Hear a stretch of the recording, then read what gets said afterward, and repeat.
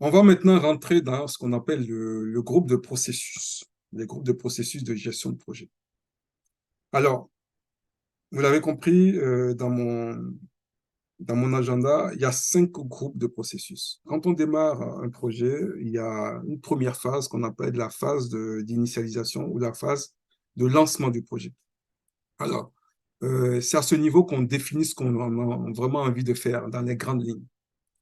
Alors, le chef de projet peut être intégralement,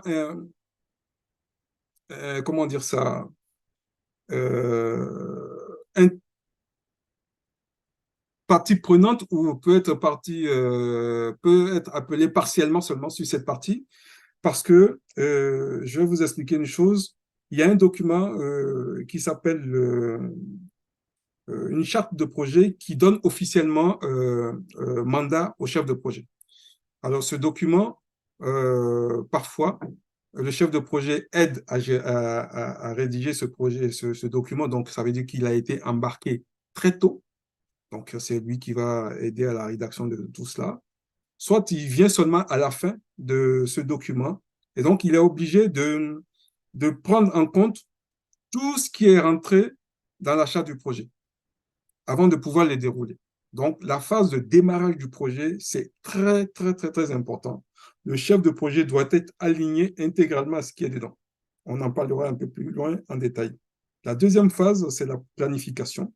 C'est là où on établit le plan de route de notre projet, tout ce qui va se faire. Je ne vais pas le développer ici parce qu'il y a un volet dédié à cela. Et puis la troisième étape, c'est ce qu'on appelle la phase d'exécution, où on met en œuvre tout ce qui a été défini dans les étapes précédentes. Il y a une quatrième étape qu'on appelle l'étape de maîtrise ou de contrôle, où donc on suit de très près ce qu'on a commencé à exécuter. On prend des indicateurs de performance pour voir si tous les signaux sont verts. D'accord? Et puis, il y a la dernière phase où c'est la clôture du projet. Tout projet doit être fermé officiellement, où on vérifie que les sous-traitants ont été payés, où on vérifie que le client a signé le PV de recette. Voilà.